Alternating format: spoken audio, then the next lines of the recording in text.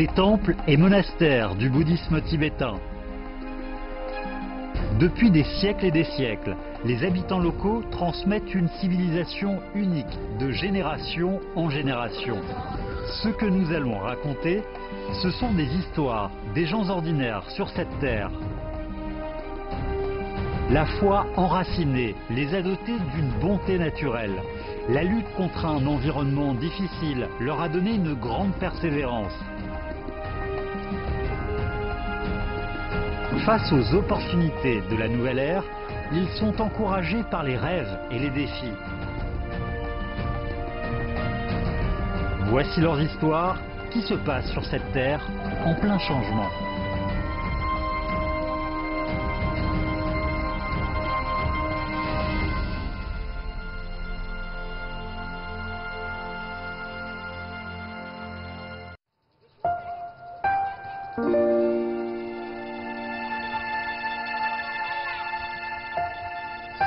Cet épisode va vous raconter l'histoire de 3 jeunes Tulkus.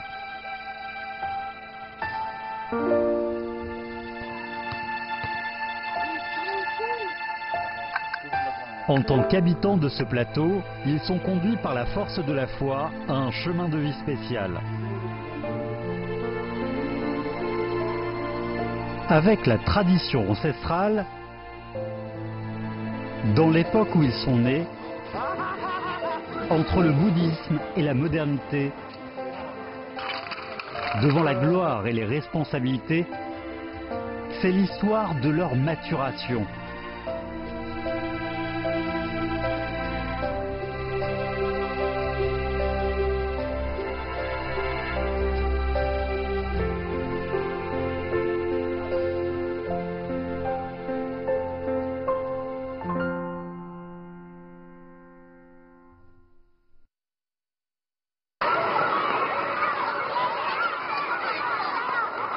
En été, un invité spécial visite l'école primaire numéro 1 de Lhasa. 我是西藏佛学院。西藏佛学院的话，这个恢复重建的时间不是很长。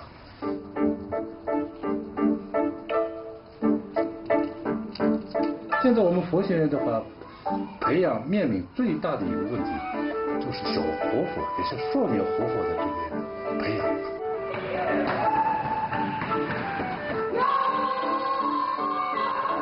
少年活佛不是很多，得住不行，得住。Läksyt hinaamaan lyypaa, hän tiedätkö taakin tuolla, sitä on vain misi. 还有一个康家活佛，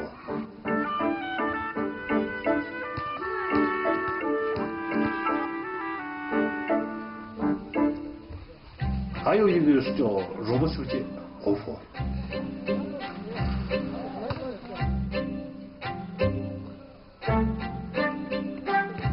藏文基础啊这些很好，但是它有一个缺陷，缺陷什么呢？缺少这个国民的教育，文化课它也要的话享受同等年龄的这个义务教育的这个权利，系统的接受这个教育，共同的培养，就这个主要的话目的就这个。我觉得这件事情能做好的话是一个非常有意义的事情。非常有意义。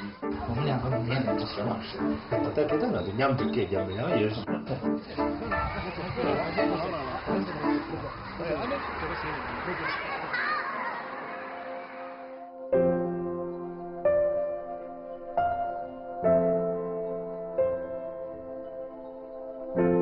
Dans une vallée, à une vingtaine de kilomètres de Lhasa, est situé l'Institut du bouddhisme tibétain, un centre de formation du bouddhisme tibétain réservé aux meilleurs.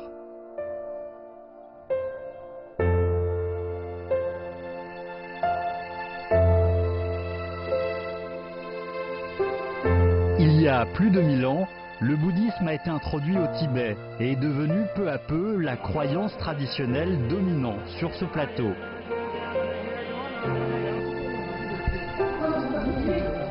Aujourd'hui, le Tibet compte 1 millier de temples et monastères et plus de 40 000 moines. La plupart de ces temples et monastères, où les moines cultivent leur âme depuis des siècles, ont été inscrits comme vestiges de la civilisation sur la liste du patrimoine culturel.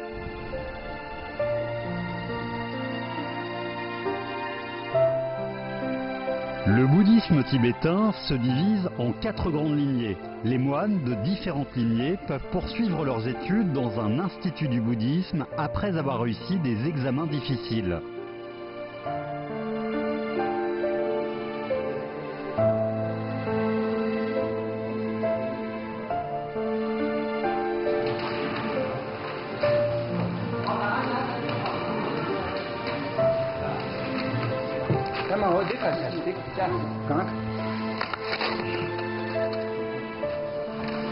C'est la rentrée. Une centaine de moines sélectionnés à plusieurs niveaux sont enfin entrés dans ce haut lieu du bouddhisme.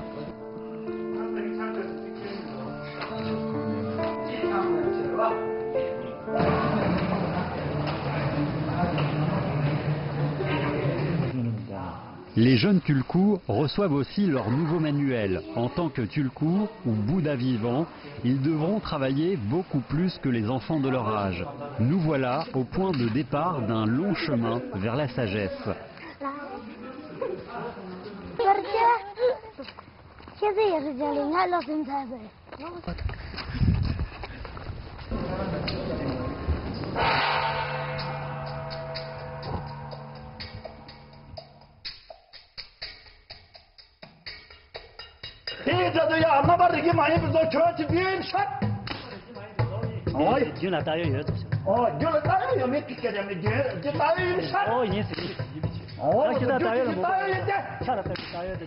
Les débats sur les sutras est un mode important d'apprentissage par lequel les moines tibétains étudient le bouddhisme.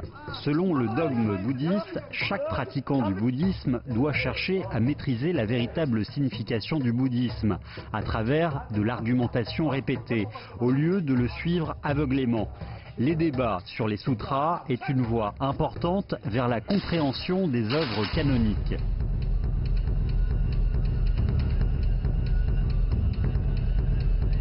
En général, ce sont les moines au savoir encyclopédique du temple qui jouent le rôle d'interrogateurs. À travers une série de questions, réponses et spéculations, l'esprit s'active et l'intelligence s'éveille.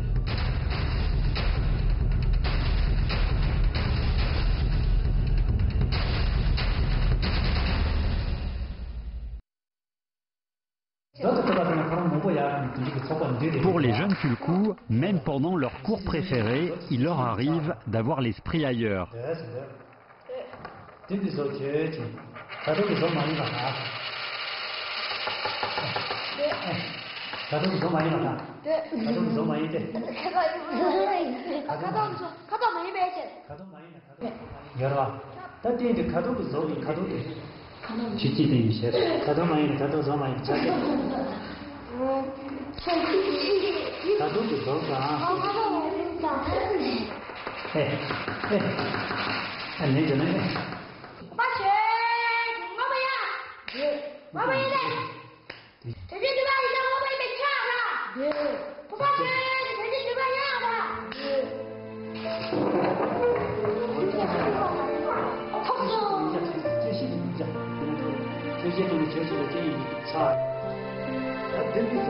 De jeunes élèves à sages bouddhistes, ils ont encore un long chemin à faire.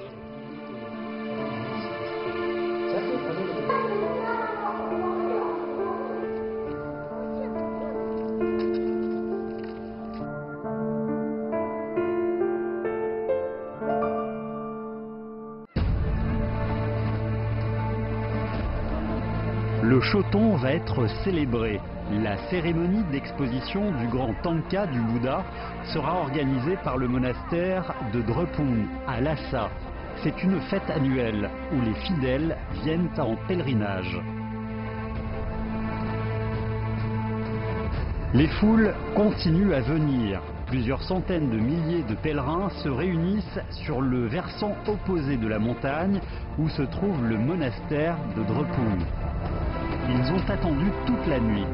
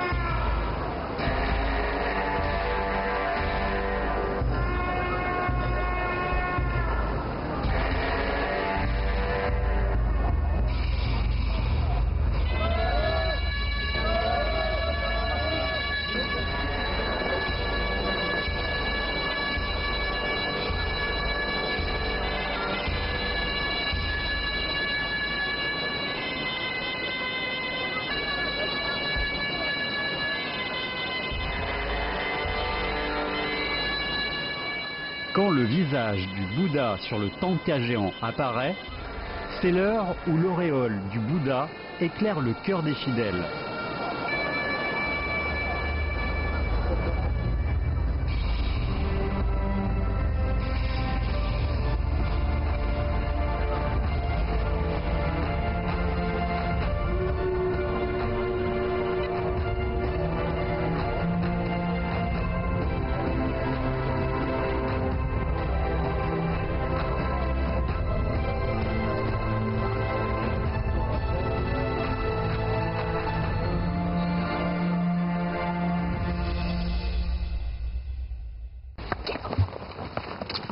Lundi, les 3 enfants portent de nouveaux cartables, envoyés de Nakshu par la mère de Tanguia.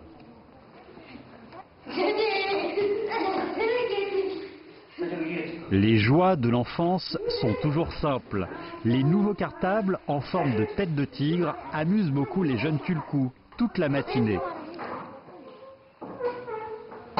Alright, so good morning. Good morning. Let's turn to page number 2. Hello, Jenny. Hello, Mimi. Hello, Jenny. Hi, hi, hi. I'm Lisa.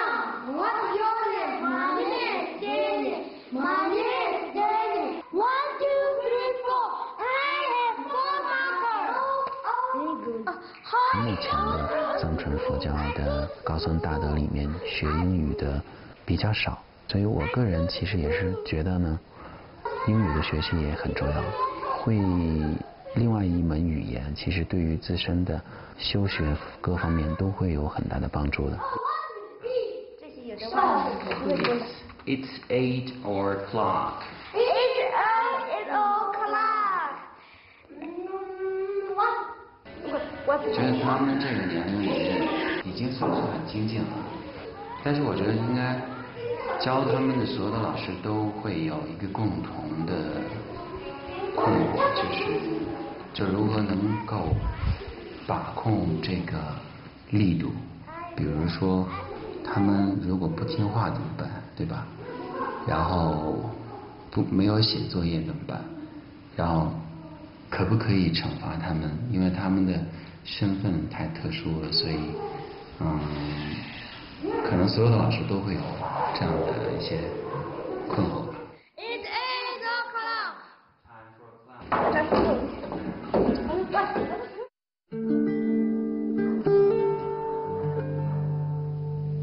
Comme ses 3 jeunes élèves, Palo Tulku a aussi grandi entre espièglerie et pratique spirituelle. Il a suivi une éducation bouddhiste rigoriste et s'est spécialisé dans la peinture du tanka à l'université du Tibet. Après de nombreuses années d'études, Palo Tulku est non seulement expert en musique, en peinture et en calligraphie tibétaine, mais parle aussi couramment l'anglais.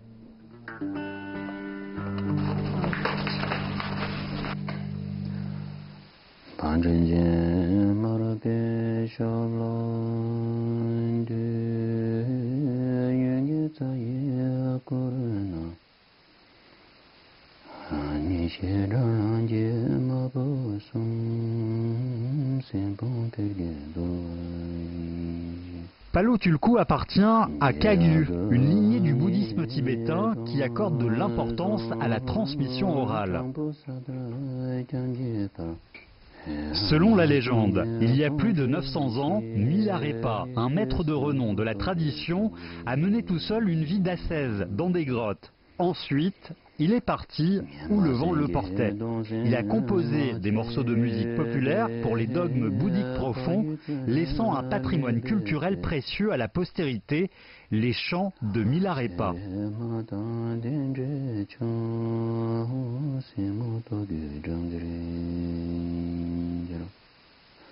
En 2008, les chants de Milarepa ont été inscrits sur la liste du patrimoine culturel immatériel. En tant que passeur de ces chants, depuis une dizaine d'années, Palo Tulku a mis toute son énergie à collectionner, classer et transmettre les chants de Milarepa. 那米拉日巴道歌呢，就是自治区级的非遗，然后宗教音乐是国家级的。他的歌词里面也会有最宝贵的藏文学方面的诗词，那它也是一个诗学方面的一个宝库一样，就像格萨尔王的传，就像史诗一样，很有文学价值。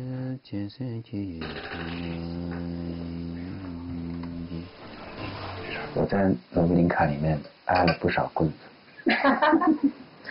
父亲仁波切经常打我，这也是为什么我现在变成西藏佛学院的经师的原因。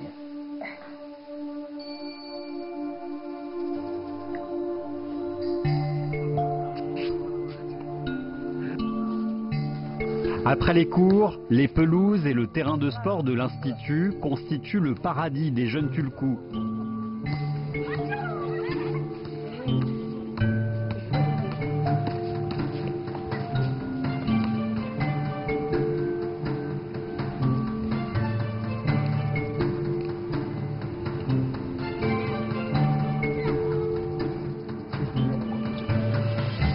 Les enseignants de culture de l'école primaire numéro 1 de Lhasa sont arrivés.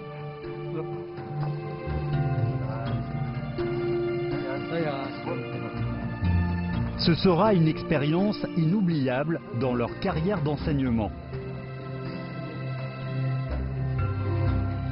L'arrivée de nouveaux professeurs suscite la curiosité des jeunes Tulkus.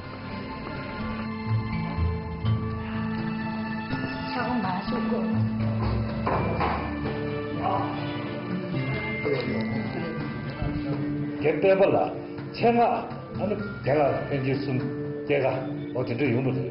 아 개라 가서 개 다시라. 걔는 그 보이게 개되지만 개 다시라. 개 다시지. 개된지 로고 뭐야. 걔나 저기지만 안지기 개라시. 야 개된지 줘야라. 하다 대이기 개라. 어디지? 다기도 대이 보여 안지라 또 미안 세상으로 출루 그룹 되기는 싫어 말이. 출루 그룹 되기 가려서나 다단간 저게 Le premier cours du nouvel enseignant commence par la correction des caractères mal écrits dans les noms des jeunes Tulkus. 这里有两个错别字，错在哪里？第一个这里，第二个是这里，明白没有？你们两个现在就在你自己的语文书上写你的名字。好，写完了吗？写完之后把笔放下。明天开始你们就拿一个本子，填字本，明白了吗？填字本，我们就先从这里开始，生字学完之后，再试着给他怎么样？对的，有规矩啊！回答问题要举手站起来，明白没有？词语完之后，我们再试着给这个词语造句。好，请说。对的，那对了，你们以后要学会给他鼓掌。比如说你答对了，他们两个会给你鼓掌，对不对？我们要学会互相怎么样鼓励对方，明白没有Le premier cours pour les jeunes Tulkus, comme pour un enseignant expérimenté, est un nouveau départ. Pour devenir un Tulku éminent, des études laborieuses sont un passage obligé.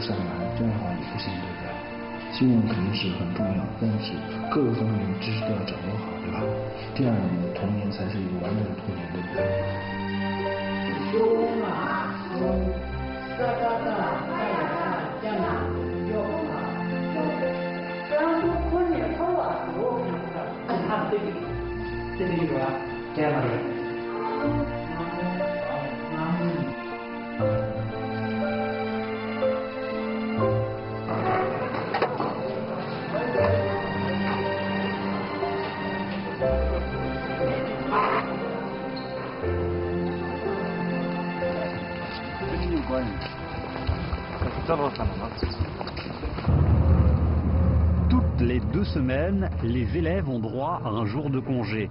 Ils peuvent prendre le car de l'Institut pour aller acheter des articles ménagers au centre-ville de Lhassa.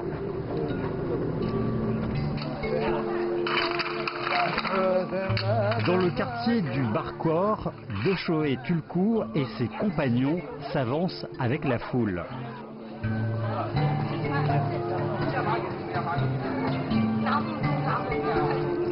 Ils s'arrêtent de temps en temps pour entrer dans une boutique.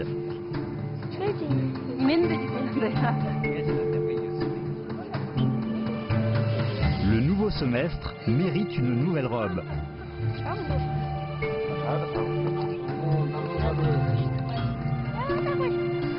Bien sûr, il faut encore trouver les produits technologiques dont ils ont besoin.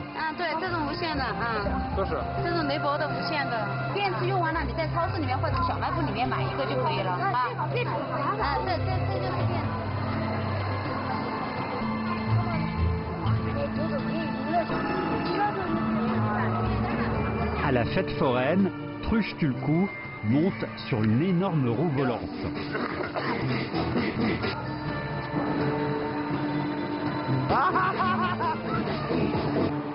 C'est le rêve de tous les enfants.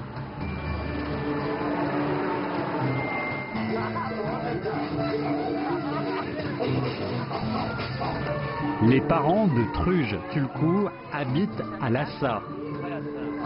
Chaque congé leur donne une occasion de se retrouver.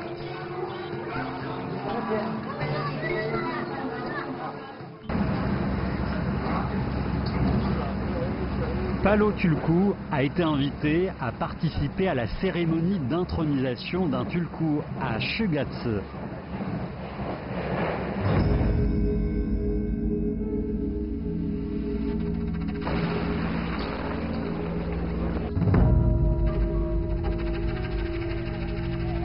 C'est un monastère centenaire situé au sein de la zone pastorale de Shugatse.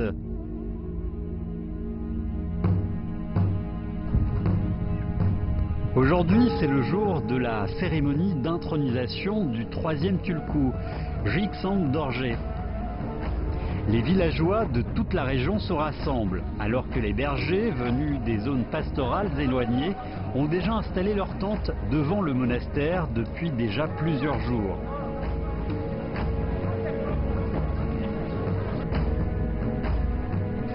La réincarnation du Tulku est une institution traditionnelle du bouddhisme tibétain.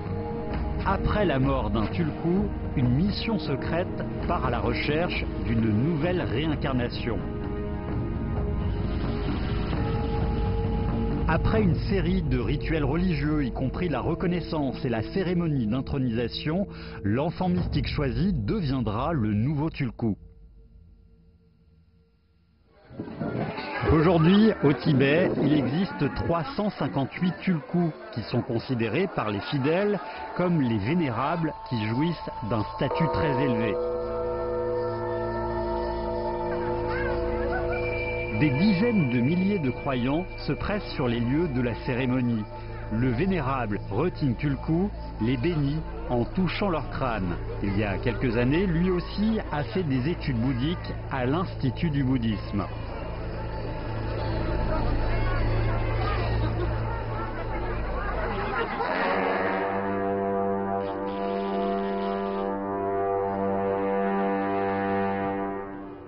L'heure solennelle approche. Jigsan Dorje Tulku met sa robe de satin jaune et monte jusqu'au trône de son prédécesseur, sous un dais de soie.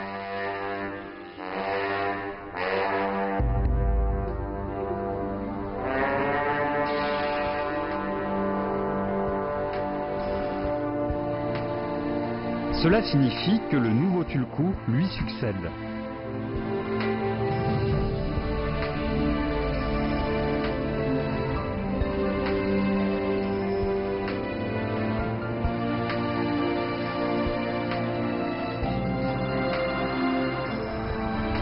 Palo Tulku offre des cadeaux sélectionnés. Passionnés tous deux de musique bouddhique, ces deux Tulku sont de bons amis depuis plusieurs années. Les fidèles mettent longtemps à repartir. Pour eux, c'est un honneur suprême que de pouvoir assister à une telle cérémonie.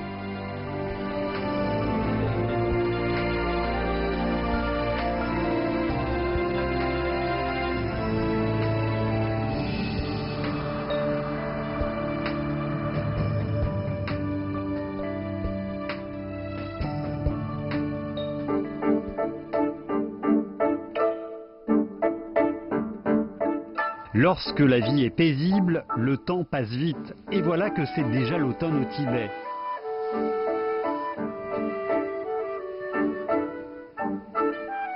Les jeunes Tulku et leurs nouveaux enseignants ont passé plus d'un mois ensemble. Récemment, la classe a accueilli un nouveau membre.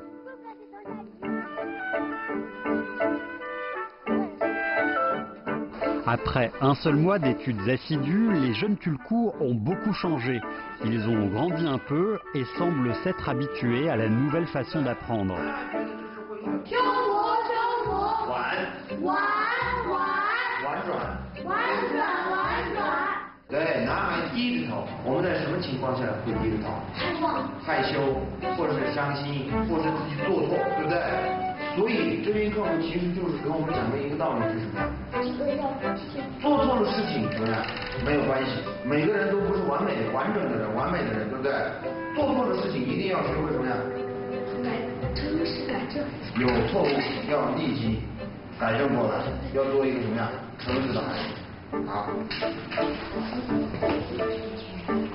这两道算式虽然我们列算式的方法不一样，但是得到的结果却是一样的，对吧？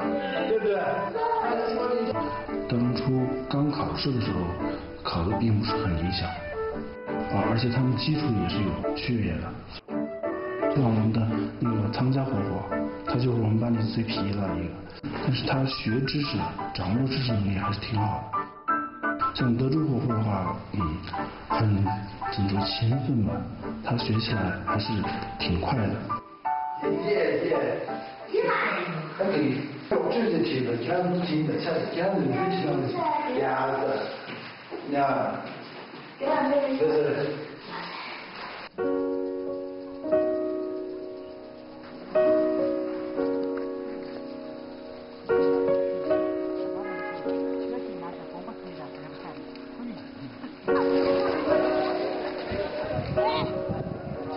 Les jeunes Tulku sont de plus en plus habiles dans les débats de sutras organisés chaque jour dans le palais principal. Comme tous les pratiquants, ils s'approchent pas à pas des dogmes bouddhistes.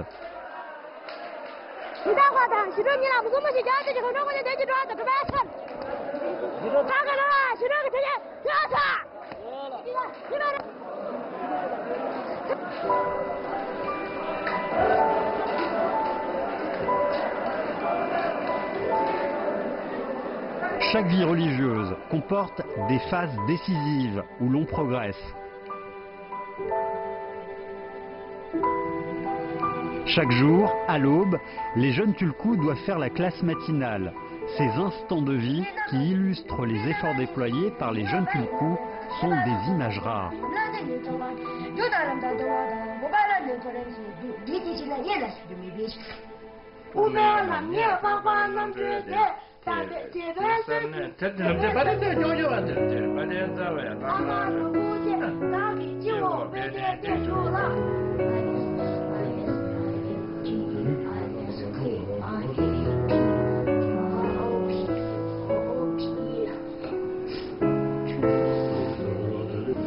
À l'intérieur de l'Institut, on voit des moines étudier avec assiduité. Cette autodiscipline que l'on rencontre partout a une influence sur chaque jeune Tulku.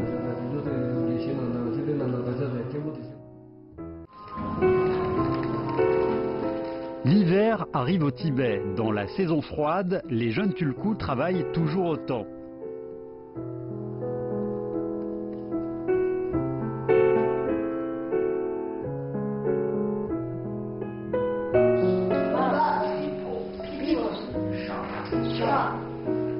The wheels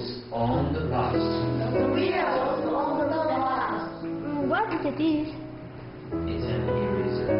Oh, what is this? It's an English book.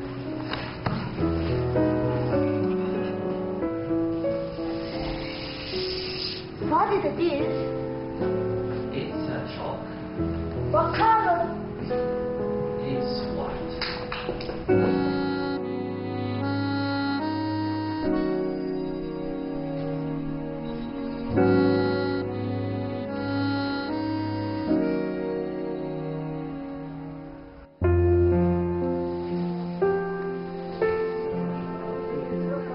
À 30 km, le temple du Jokang à Lhasa, une cité sainte en hiver où de l'encens brûle en permanence depuis des siècles et des siècles.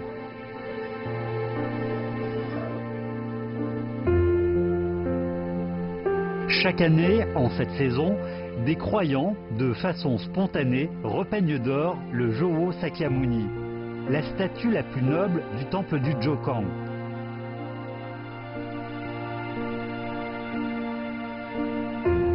Selon la légende, cette statue du Bouddha, âgée de 12 ans, qui aurait été réalisée de son vivant, a été apportée par la princesse Wenchan au Tibet. D'innombrables pèlerins viennent après un long voyage pour voir de leurs propres yeux le Jowo. C'est ici que se termine leur pèlerinage.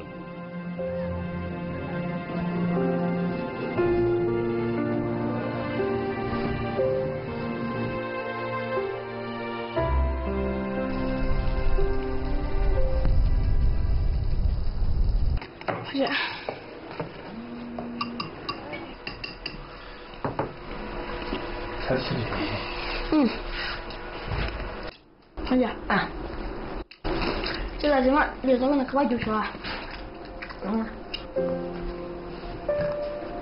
但是从这边走我是那去。C'est les vacances d'hiver. Le Tulku retourne au temple de Shapten, district de Nagchu.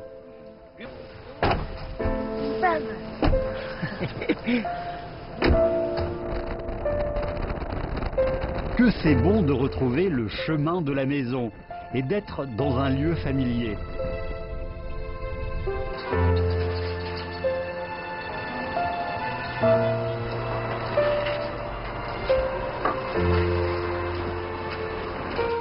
Tangia Tulku et son accompagnant logent dans une maison d'accueil à côté du temple. À peine a-t-il déposé ses bagages que Tangia Tulku sort ses livres de sa propre initiative pour commencer son travail quotidien.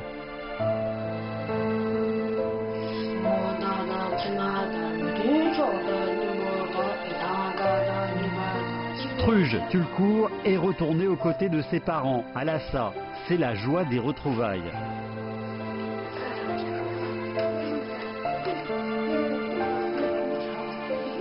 Grâce à un semestre d'études, Truj Tulku a déjà une écriture tibétaine bien soignée.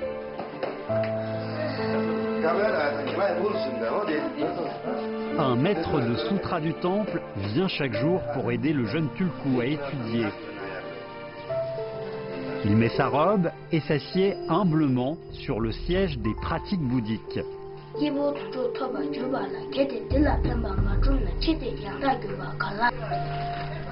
Dans son propre temple, Tangia Tulku vit chaque jour avec les moines du temple. Les études à l'Institut du bouddhisme ont été bénéfiques pour ses progrès dans les débats de sutras.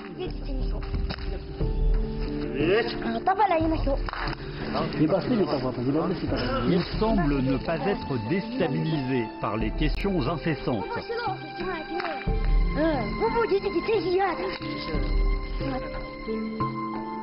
Cet après-midi, Tangia Tulku est rentré chez lui. Il ne peut rester qu'un peu plus de 2 heures avec ses parents et son frère cadet qu'il n'a pas vu depuis longtemps. Le nouvel an tibétain approche. Tangia Tulku et son accompagnant doivent aller dans une zone pastorale pour passer l'avant-veille du nouvel an avec des pasteurs.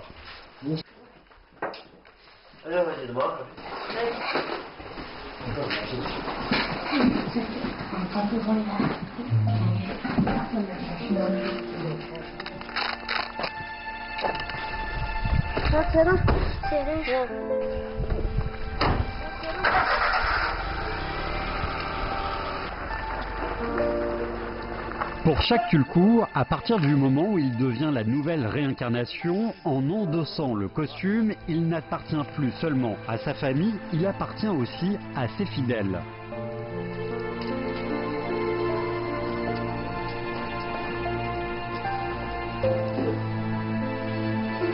À Lhasa, Trush Tulku reçoit souvent la visite des fidèles.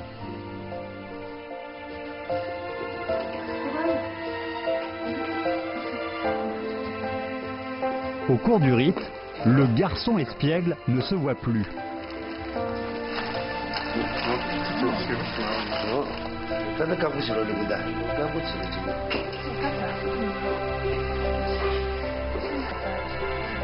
Bien sûr, on peut encore voir l'enfant qui est en lui.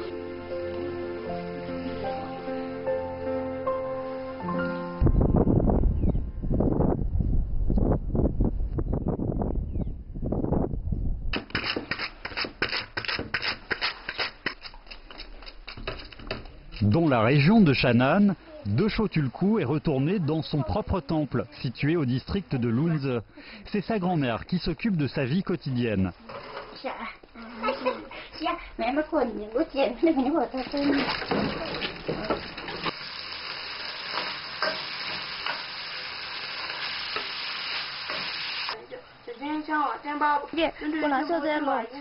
Chaque matin, Dosho Tulku doit se lever de bonne heure pour lire des textes canoniques. À côté, c'est la photo prise au moment où il a été reconnu comme l'enfant incarnation.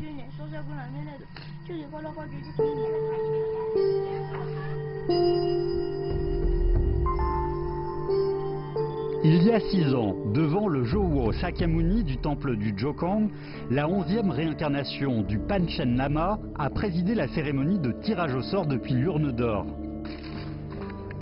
Après une recherche secrète dans plus de 900 cantons et bourgs, la mission a trouvé 2 candidats à la réincarnation.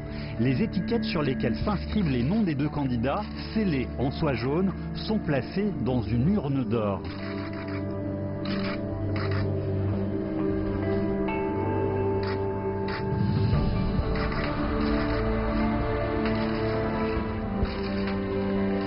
Au vu et au su de nombreux moines éminents, le 11e Panchen Lama tire une étiquette sur laquelle est écrit le nom de Dosho Tulku.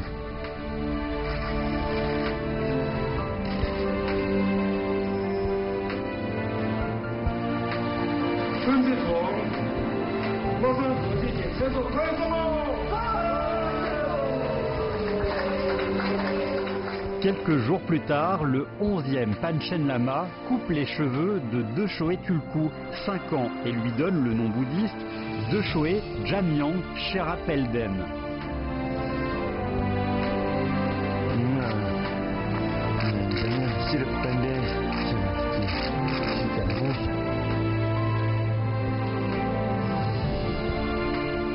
Un mois plus tard a lieu la cérémonie d'intronisation de Dosho Tulku.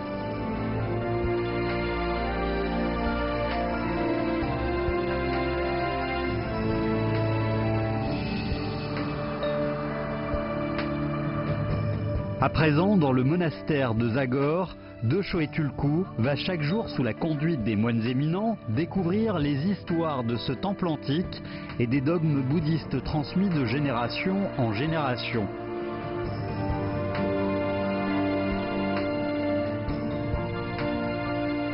Le prédécesseur de Dosho Tulku, qui avait été l'un des maîtres de sutra du Dalai Lama et le régent par intérim du Tibet, jouissait d'un haut prestige.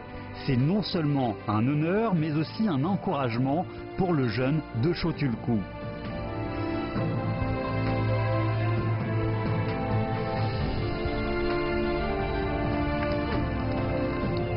En vacances, hors de l'Institut du bouddhisme, les jeunes Tulku doivent toujours étudier d'arrache-pied pour assurer leur progrès quotidien.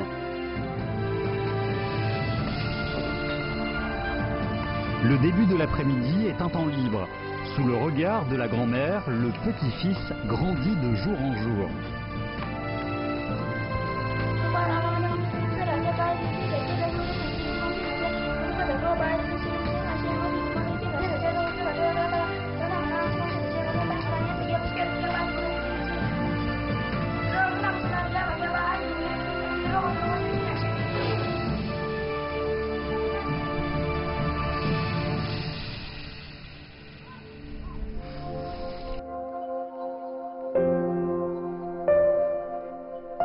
C'est bientôt le printemps. Le long de la route de Nachu à Lhasa se voient partout des pèlerins.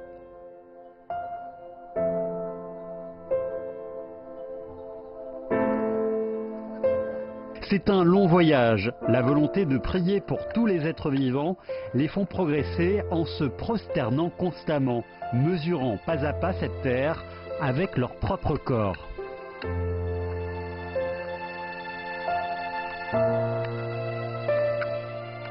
Après de courtes vacances, les 3 jeunes Tulku reviendront bientôt à l'Institut. La croyance traditionnelle sur le plateau les a conduits sur un chemin de vie peu ordinaire. Au cours de ce voyage, ils s'efforceront de se réaliser.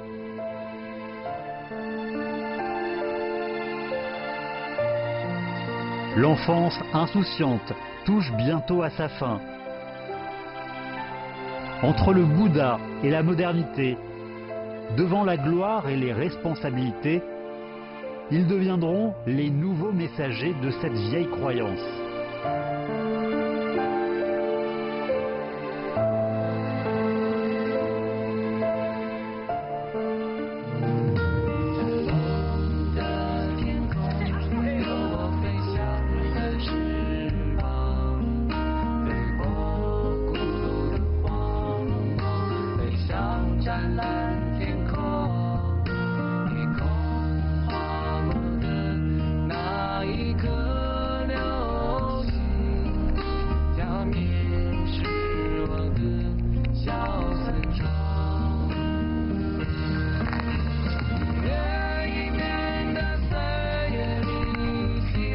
失落交织。